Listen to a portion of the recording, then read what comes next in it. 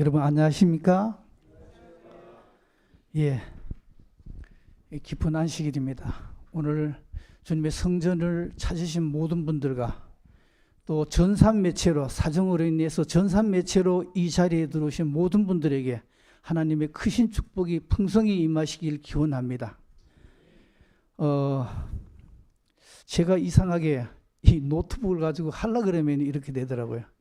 지난 그 전도회 때는 잘 됐는데 제가 기술이 없는 게 아니라 이 지금 여기에 우리 시스템이 아무리 해봐도 지금 잘못된 것 같아요. 다시 한번 봐야 될 것 같습니다. 그래서 혹시 지금 이 제가 있는 노트북과 저기 있는 기기가 지금 보면 나오지만은 이완이 됐어요. 저 방송실에 가서 원고를 다 주고 있기 때문에 혹시 말이 잘 이어지지 않을 수도 있어요. 이해해 주시기 바랍니다. 다 같이 하나님의 말씀 요한일서 4장 7절로 8절의 말씀입니다. 집사님 거기 그림은 안 나오게 했으면 좋겠어요. 제 그 모습 나오는 거 이 화면만 이렇게 나오게. 요한일서 4장 7절로 8절 말씀입니다. 다 같이 한번 읽어보겠습니다. 사랑하는 자들아, 시작. 사랑하는 자들아, 우리가 서로 사랑하자. 사랑은 하나님께 속한 것이니 사랑하는 자마다 하나님으로부터 나서 하나님을 알고 사랑하지 아니하는 자는 하나님을 알지 못하나니 이는 하나님은 사랑이심이라. 저는 오늘 이 말씀을 본문으로 해서 생애의 빛 넘겨주시기 바랍니다. 생애의 빛 제1장을 살펴보고 피차간의 말씀의 은혜를 나누고자 합니다. 여러분들이 다 아시는 대로 이 생애의 빛은 또 넘겨주시기 바랍니다. 생애의 빛은 정로의 계단을 쉽게 현대어법으로 새로 번역한 책입니다. 예언의 신 중에서 150개 국어로 번역된 제일 많이 알려지고 제일 많이 읽혀진 책입니다. 이 생애의 빛 제1장의 주제는 인류를 위한 하나님의 사랑입니다. 저는 이 1장을 읽을 때마다 이런 모습이 생각이 났습니다. 넘겨주세요. 이 양궁 선수가 또 넘겨주시기 바랍니다. 화살을 시위에 매겨서 저 멀리 떨어진 관역을 향해 쏘면은 또 넘겨주시기 바랍니다. 시위줄을 떠난 화살은 둥근 궤적을 그리며 관역의 중심인 X10에 가서 꼽히게 됩니다. 또 넘겨주시기 바랍니다. 이 X10이 뭘 의미할까요? 우리 마음, 우리 심령을 의미합니다. 그렇다면 화살이 어떤 궤적을 어떻게 그리며 우리 마음에 도달하게 될까요? 넘겨주시기 바랍니다. 또 넘겨주시기 바랍니다. 먼저 실물교훈 125쪽에 있는 말씀을 제가 읽도록 하겠습니다. 진리의 보고는 하나님의 말씀, 곧 기록된 말씀과 천년계의 책과 하나님께서 사람의 생애를 취급하시는 경험의 책 등이다. 여기서 말씀하는 진리의 보고는 하나님의 말씀인 성경을 의미합니다. 다시 말해서 이 말씀의 의미는 진리의 보고인 이 성경은 보고 읽고 경험하는 세 가지 종류가 있다고 선지자는 말씀하고 있습니다. 그 세 가지 중에 첫 번째는 창조와 자연 속에 숨겨진 하나님의 사랑을 노래하는 천년계란 책이고, 두 번째는 신구약을 통해 하나님의 사랑을 기록한 말씀의 책이며, 마지막 세 번째는 직접 이 세상에 오셔서 우리 삶 속에서 보여주신 예수님의 사랑인 경험의 책을 의미합니다. 제1장 인류를 위한 하나님의 사랑에서는 선지자는 이 세 가지 성경을 통해서 넘겨주시기 바랍니다. 하나님은 어떤 분이신지, 그분의 속성은 무엇인지, 가장 아름답고 우리의 마음을 파고드는 정말 가슴 저미는 그런 말씀들을 통해서 우리의 심령을 울려주고 있는 것입니다. 이것들을 쉽게 도표로 설명을 해보면, 양궁 선수가 화살을 시위에 매겨 쏩니다. 그러면 이 화살은 넘겨주세요. 창조와 자연 속의 사랑인 천년계란 책과 두 번째 성경 속에 기록된 말씀의 책, 세 번째 예수님 사랑 안에 나타난 사랑의 경험의 책이라는 이 궤적을 그리면서 우리 마음의 관역인 엑스테네와 도달하는 것입니다. 이게 바로 제1장의 내용입니다. 넘겨주시기 바랍니다. 한마디로 제1장은 요약을 하라 그러면은 하나님의 사랑의 궤적이라고 이렇게 이야기할 수 있습니다. 이 궤적은 넘겨주세요. 처음에는 이렇게 희미하게 잘 보이지 않습니다. 여러분 이게 잘 보이시나요? 그러나 점점 우리에게 가까이 오면 올수록 이분이 누구이신지를 깨닫게 되는 것입니다. 먼저 첫 번째 궤적인 천년계란 책 속에 숨겨진 하나님의 사랑에 대해서 살펴보도록 하겠습니다. 생애의 빛 9쪽의 말씀입니다. 천년계와 성경은 둘 다 하나님의 사랑을 우리에게 보여준다. 천년계의 기묘하고 아름다운 사물들을 바라보라. 그것들이 우리의 필요와 모든 생물들의 행복을 채워주는 여러 가지 방법들을 생각해보라. 햇빛과 비는 창조주의 사랑을 우리에게 말해준다. 산과 바다와 들은 그분에 관하여 이야기해준다. 그분은 온갖 생물들의 매일의 필요를 공급해준다. 이 말씀을 요약을 해보면은 햇빛과 비는 우리에게 뭐를 말해준다고 선지자는 이야기하고 있습니까? 창조주의 사랑을 우리에게 말해준다 그럽니다. 그리고 산과 바다와 들도 그분에 관해서 이야기를 하는 것입니다. 산과 바다와 들에서 불어오는 바람, 흐르는 시냇물, 지저귀는 새소리는 모두가 다 그분에 대해서 이야기를 하고 있는 것입니다. 다시 말해서 온 지구 전체가 하나님의 사랑에 대해서 노래하고 있습니다. 여기에 그림이 있습니다. 이 그림은 태양에서 지구까지 그림을 나타낸 겁니다. 여러분, 태양에서 지구까지 거리가 얼마라고 생각이 됩니까? 이 그림이 자꾸 먼저 나와가지고 제가 하지 않고 이게 지금 넘어가니까요. 이 태양에서 지구까지는 약 1억 5천만 킬로미터라고 합니다. 천문학적인 숫자입니다. 그렇죠? 정말 상상할 수 없는 거리입니다. 이 아래에 또 그림이 있어요. 이 그림은 왼쪽이 태양입니다. 제가 먼저 넘기라 그러면 넘기세요. 여기 빨간 이 색칠을 한 게 있어요. 이게 원래 이렇게 바운드가 돼가 탁 튀어나와야 되는데 제가 이렇게 못하니까, 조정을 못하니까요. 실감이 없네요. 이 빨간 색칠한 부분이 우리가 살고 있는 지구입니다. 이 지구가 태양 쪽으로 1m? 아니면은 몇 센치? 그럴 수도 있어요. 조금만 더 태양 쪽으로 가도 과학자들은 절대로 우리의 지구에 사람이 살 수 없다고 이야기합니다. 뜨거워서 타 죽는다는 겁니다. 반대로 뒤로 조금만 뒤로 물러가도 역시 살 수가 없다는 겁니다. 왜요? 추워서 못 산다는 겁니다. 그래서 다음 넘겨주시기 바랍니다. 이 지구가 위치하고 있는 이곳을 과학자들은 뭐라 그런다고요? 골디락스 존이라고 이야기합니다. 이 골디락스 존이란 말은 하나님께서 인류를 위해 조성하신 가장 완벽한 곳이라는 의미입니다.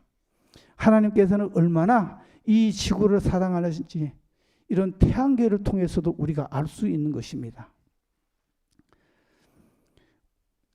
넘겨주시기 바랍니다. 또 넘겨주시기 바랍니다. 그렇다면 우리가 매일 숨쉬고 호흡하는 지구 속에, 지구 안에 있는 공기는 어떨까요? 우리는 이 공기에 대해서 아무렇게 이렇게 생각을 하고 깊이 생각한 그런 생활은 안 하는 것 같아요. 이 지구에 있는 공기를 다 한 곳에 모으면, 넘겨주세요. 질소가 78%, 산소가 21%, 그리고 그 외에 가스가 1%라는 것입니다. 이 중에서 산소가 0.0001%만 많거나 적어도 우리는 살 수가 없어요. 공기마저도 하나님의 배려와 사랑이 담겨 있음을 우리가 알 수 있습니다. 넘겨주시기 바랍니다. 마태복음 5장 45절의 말씀입니다. 다 같이 읽겠습니다. 하나님이 시작. 하나님이 그 해를 악인과 선인에게 비추시며 비를 의로운 자와 불의한 자에게 내려주심이라. 넘기지 마시고 가만히 계셔요. 아직 넘기지 마세요. 자, 여러분 혹시 묻지마 살인으로 한때 세간을 떠들썩하게 했던 지존파 사건이라는 걸 여러분 기억이 하나요? 예. 불특정 다수를 대상으로 무차별 살인을 감행했던 그 아지트까지 만들어 놓고 무차별 살인을 감행했던 그런 범죄 집단입니다. 그런데 이 사람이 이렇게 사람을 죽이는 것만 그치는 게 않고 죽인 사람을 토막을 내서 인육을 잘라내서 입에다 씹었어요. 이건 인간이기를 포기한 사람입니다. 그렇다면 우리 하나님께서 이런 포악한 사람에게는 이 해를 두꺼운 구름으로 겹겹이 이렇게 싸가지고 그 사람에게 피를 햇빛을 안 비칠까요? 우리 농촌에 가면은 또 너무너무 미운 사람이 있어요. 어떻게 저런 사람이 우리 동네 살지? 우리 동네에 없었으면 좋겠는데 이런 사람이 있을 수 있습니다. 이런 사람이 붙이는, 아니 넘기지 마세요. 아닙니다. 아니에요. 그거 넘기지 마세요. 뒤로 가세요. 더 뒤로 가세요. 이런 사람이 붙이는, 더 뒤로 가세요. 앞입니다. 뒤로 빠꾸. 자, 그게 아니에요. 그거 가시면 안 돼요. 예, 거기 그냥 있으세요. 먼저 하나 나왔는데. 자, 이런 사람이 경작을 하는 농가 밭에는 하나님이 밉다고 비를 한 방울도 안 내릴까요? 마태복음 5장 45절에는 하나님이 그 해를 악인과 선인에게 비추시며 비를 의로운 자 불의한 자에게 내려주심이라고 말씀하시고 있습니다. 하나님은 정말 사랑과 공의의 하나님이신 것입니다. 그래서 생애의 빛 넘기시면 안 됩니다. 넘기시면 안 됩니다. 지금 뒤로 가셔야 돼요. 생애의 빛 더 앞으로 와야 되고요. 더 앞으로 와야 되고요. 제가 넘기라 그러면 이제 넘기세요. 또 넘기시고요. 또 넘기시고요. 또 넘기시고요. 넘기시고요. 한 번 더는, 예, 거기서 기다리십시오. 생애의 빛, 그쪽에서는 선지자는 그래서 햇빛과 비는 뭘요? 창조주의 사랑을 말해준다고 이야기를 하고 있는 것입니다. 그렇다면은 이 비에 대해서 조금 더 알아보겠습니다. 비는 어떨까요? 넘겨주시기 바랍니다. 비는 어떻게 하나님의 사랑을 나타내 보일까요? 넘기세요. 비는 메마른 땅을 적셔서 생명을 움트게 하고 단 한 번의 비가 사막을 꽃으로 바꾸기도 합니다. 여기가 칠레에 있는 아타카마 사막이라는 곳입니다. 넘겨주시기 바랍니다. 이 아타카마 사막은요, 지구상에서 가장 건조한 곳입니다. 넘겨주세요. 수년 동안 비가 1mm도 안 내릴 때가 있다는 것입니다. 사막 중에서 가장 넓은 사하라 사막이라고 여러분들은 아실 겁니다. 이 사하라 사막보다도 훨씬 더 건조하고 세계에서 최악의 그런 건조한 메마른 사막입니다. 왜 이렇게 메마른 곳일까요? 넘겨주세요. 이 칠레라는 나라는 남미에 있습니다. 세계에서 가장 길게 이렇게 뻗쳐진 나라입니다. 이 칠레라는 나라의 가운데는 뭐가 있어요? 아주 험준한 산맥, 안데스 산맥이 지나가요. 이 안데스 산맥의 동쪽에는 태평양입니다. 이 태평양에서 발달한 습기 가득한 바람이 이 안데스 산맥을 향해서, 이 바람은 항상 이렇게 높은 산 쪽으로 불잖아요. 안데스 산맥을 향해서 올라갑니다. 올라가며 이 습기 많은 이 공기가, 바람이 어떻게 돼요?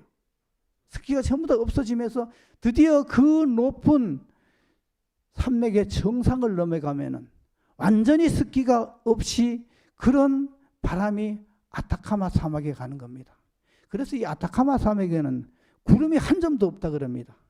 천체 관측이 잘 된다는 겁니다. 너무 구름이 하나도 없기 때문에. 그래서 세계에 이 유명한 천체 관측 장비들 넘겨주세요. 유명한 천체 관측 장비들이 전부 여기에 모여 있다고 그럽니다. 또 넘겨주세요.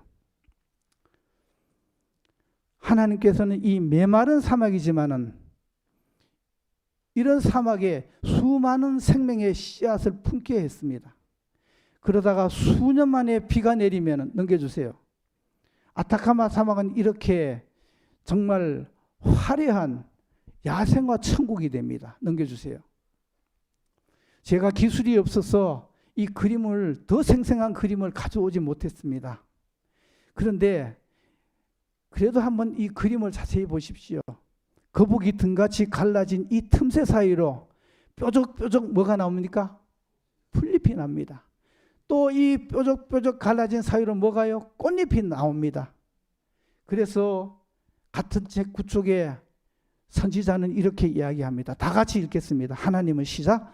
하나님은 곧 사랑이시라는 문구는 방십 피는 꽃봉오리마다 같이 같이 하면 처음부터 다시 읽겠습니다. 하나님은 시작.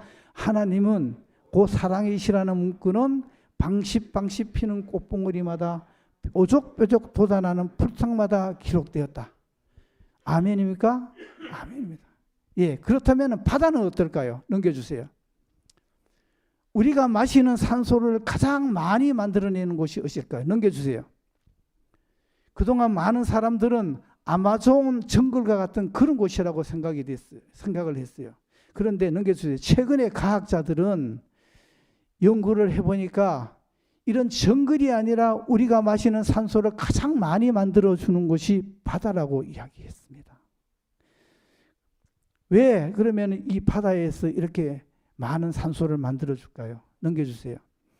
바다에 사는 식물성 플랑크톤과 해조류와 미생물들의 강합성 작용으로 우리가 3번 숨 쉬는 것 중에 2번 이상이 이 바다에서 만들어지는 산소라는 것입니다. 하나님께서는 이렇게 넘겨주세요.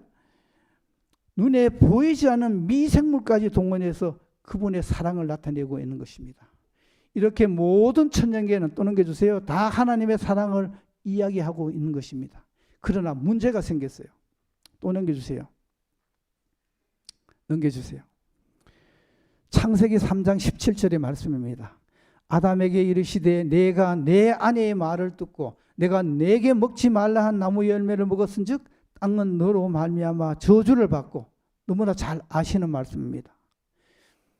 하나님께서 인류를 창조하시고 이 아담과 하와에게 부탁을 했어요. 절대로 이 선악과 열매는 먹지 말라 그랬어요. 그런데 이 아담과 하와는 이 선악과 열매를 하나님의 그 말씀을 어기고 먹고 말았습니다. 그래서 땅은 이 아담과 하와로 말미암아 저주를 받고 가시와 잡초가 생겨났던 것입니다.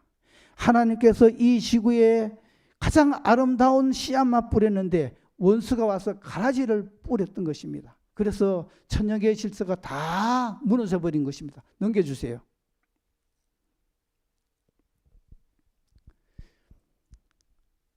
이런 천년계의 질서가 다 무너지자 아름다움이 있지만, 넘겨주세요. 가시와 고통이 있고 꽃은 피지만 시들고 더위와 추위와 가뭄이 이 세상을 덮은 것입니다. 또 넘겨주세요. 그렇다면 하나님의 사랑이 이 지구에서 다 없어진 것일까요? 그렇지 않다는 것입니다. 여기 있는 말씀을 다 같이 읽겠습니다. 하나님의 사랑은 시작. 하나님의 사랑은 여전히 천년계 속에 감춰져 있다. 마치 가시 덩굴 속에 장미가 피듯이 하나님의 사랑은 변함없이 숨쉬고 있다.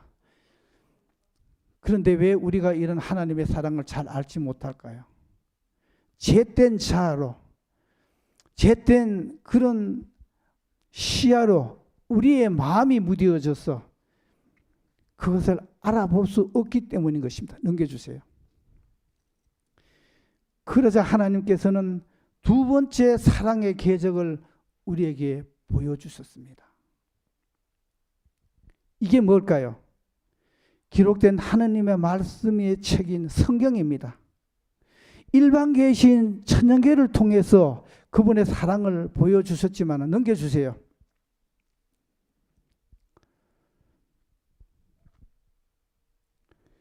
죄된 시야로 그 사랑을 깨닫지 못하자. 또 넘겨주세요. 특별 계신 신구약 말씀을 통해 여전히 하나님은 사랑이심을 드러내시는 것입니다. 넘겨주시기 바랍니다. 생애의 빛 13쪽 14쪽의 선지자는 이렇게 말씀하고 있습니다. 다 같이 읽겠습니다. 불순종은 시작. 불순종은 슬픔과 죽음을 가져왔다. 하지만 죄가 고통을 자아내고 있을지라도 하나님께서는 그분의 사랑을 나타내셨다. 이 세상이 죄악으로 물들었지만 온통 슬픔과 고통으로 가득한 것은 아니다. 성경은 우리에게 하나님의 품성을 보여준다. 성경은 어떻게 한다고 우리에게 뭘 보여준다고요?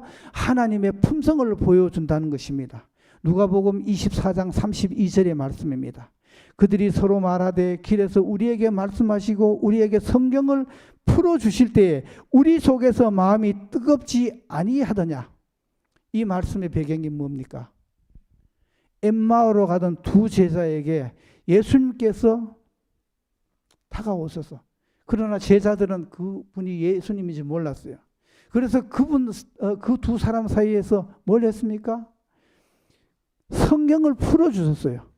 그들이 관심을 갖고 이야기하는 그 주제를 보고 성경을 통해서 그 말씀을 풀어주셨어요.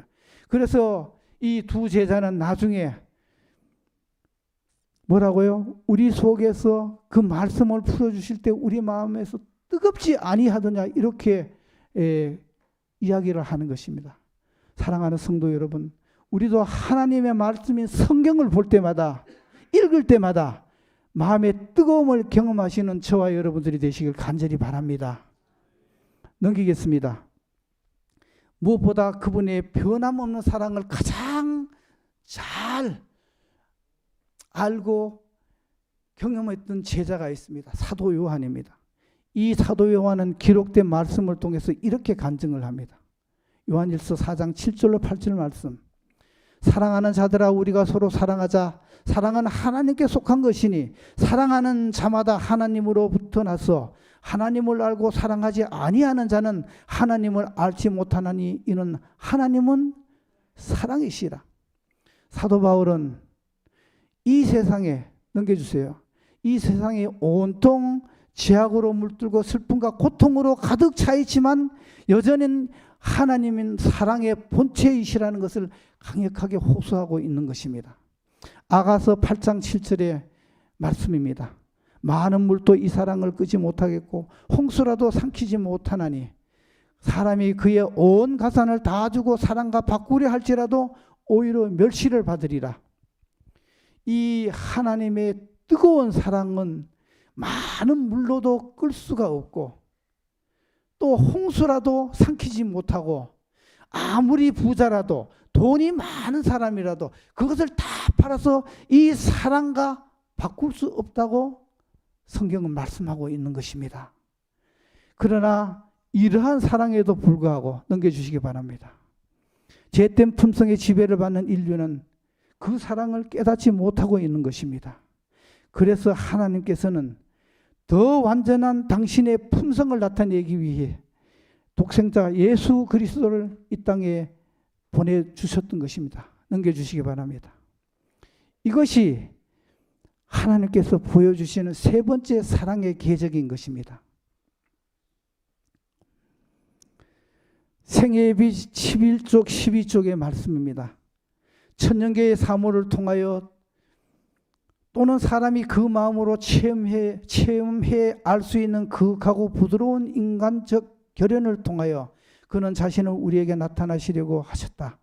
그러나 이러한 것도 그의 사랑을 나타내기에는 충분치 못하였다. 이러한 모든 증거가 있음에도 불구하고 선의 대적은 사람의 마음을 어둡게 하였으므로 사람들은 하나님을 공포심으로 대하게 되고 또 하나님을 가혹하고 용서성이 없는 이로 생각하게 되었다. 노란 고딕체 글씨를 다 같이 읽겠습니다. 예수께서 시작. 예수께서 인류 가운데 사시려고 오신 것은 그가 하나님의 무한하신 사랑을 세상에 나타내심으로써 이러한 몽매한 오해를 없이 하시기 위함이었다. 성경은 넘겨주세요. 천년계와 성경을 통해서 말씀하시고 가르쳐 주셨지만은 사람들은 오해를 하고 불순종하고 깨닫지 못하고 있는 것입니다. 그래서 더 큰 사랑을 보여주시기 위해 어떻게 하셨다고요? 육신의 몸으로 오셨던 것입니다. 사도 요한은 우리가 너무 잘 아는 말씀입니다. 요한복음 3장 16절에 하나님이 세상을 이처럼 사랑하사 독생자를 주셨으니 이는 그를 믿는 자마다 어떻게 해요? 멸망치 않고 영생을 얻게 하려 하심이라고 이야기를 하고 있습니다. 그런데 제가 이 말씀을 준비하면서 전에 깨닫지 못했던 예언의 신 한 구절을 새롭게 보게 되었습니다. 넘겨주시기 바랍니다. 시대소망 49쪽의 말씀입니다. 하나님께서는 그가 인간으로서 누구나가 당하는 인생의 위험을 겪고 또한 인간으로서 누구나가 싸워야 할 싸움을 실패와 영원한 손실의 위험을 쓰고 싸우는 것을 허락하셨다. 이 말씀이 무엇인가요? 이 그가 누굽니까? 여기 말하는 그가 인간으로서 했을 때 그가 하나님이십니다. 하나님께서 인간으로서 위험을 겪고 넘겨주세요. 인간으로서 싸워야 할 싸움을 싸우고 실패와 영원한 손실의 위험까지 무릅쓰고 오셨다는 것입니다.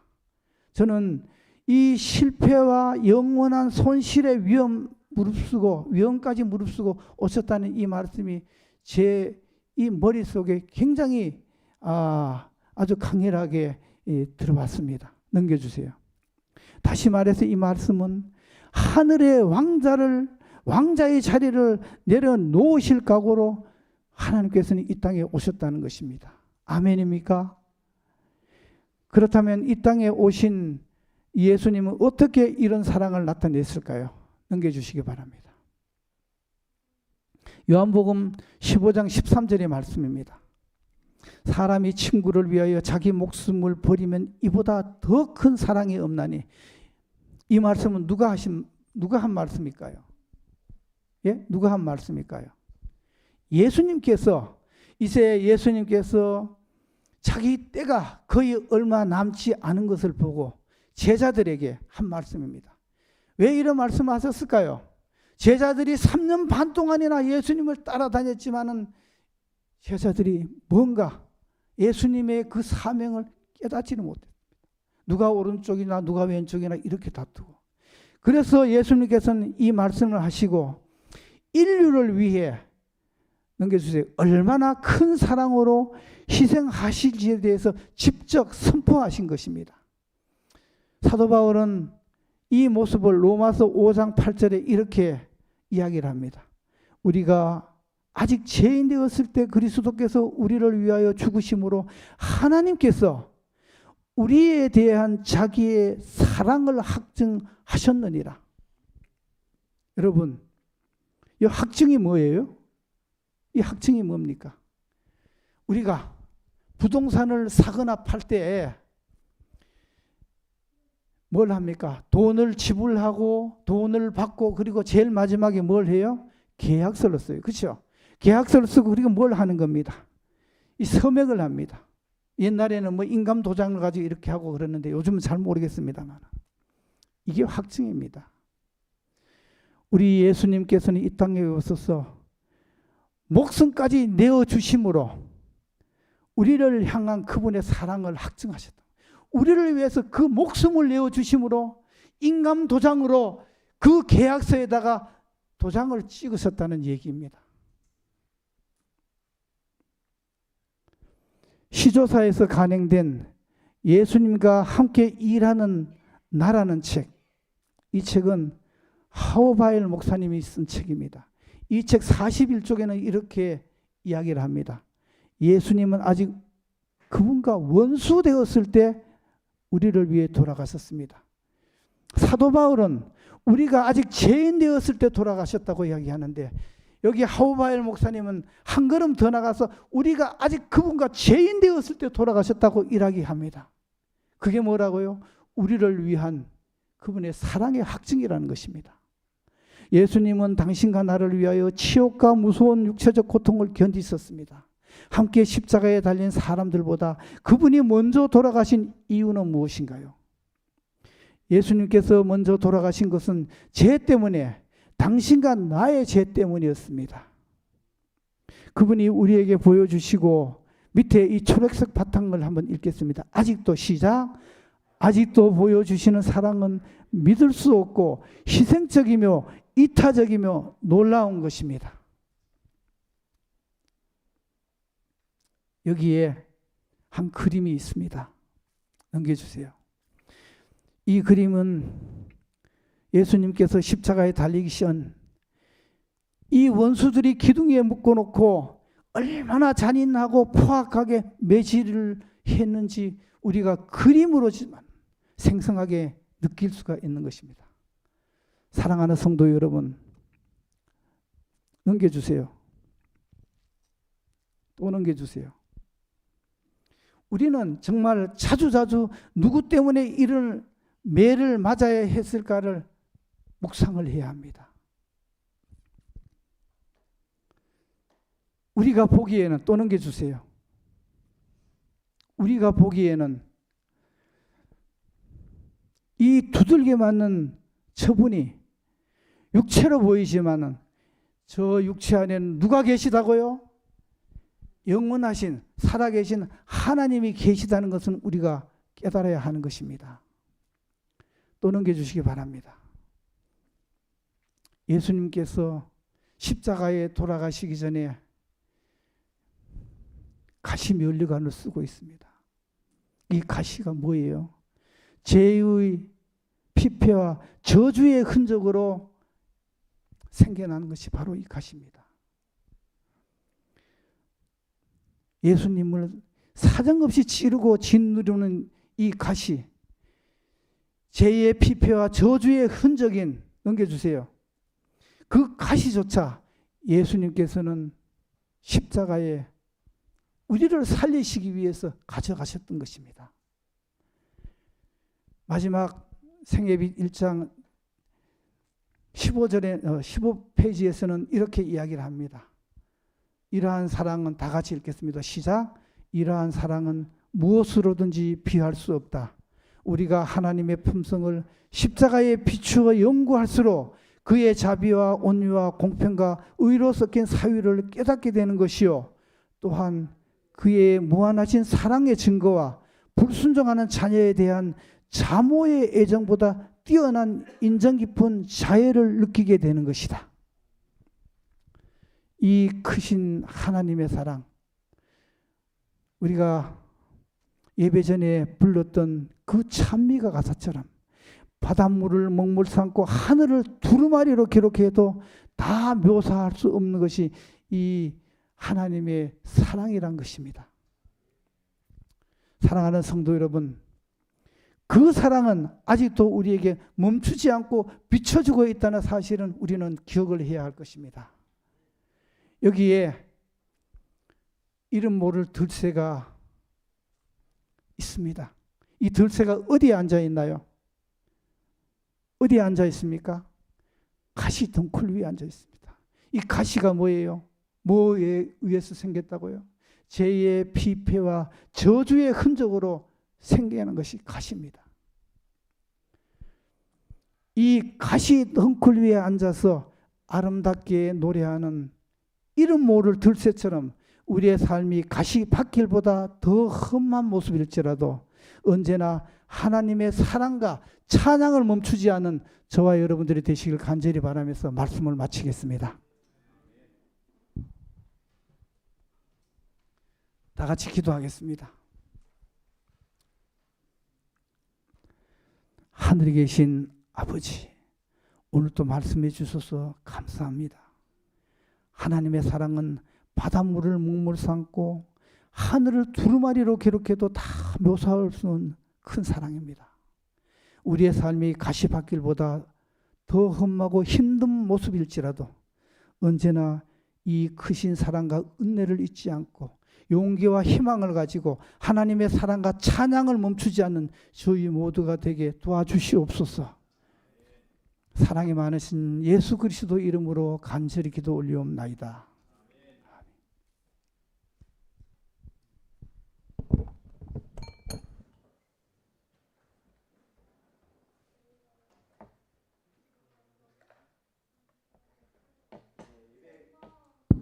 예배가 끝나고 찬양 연습이 있도록 하겠습니다. 찬양 연습에 많이 협력해 주시기 바랍니다.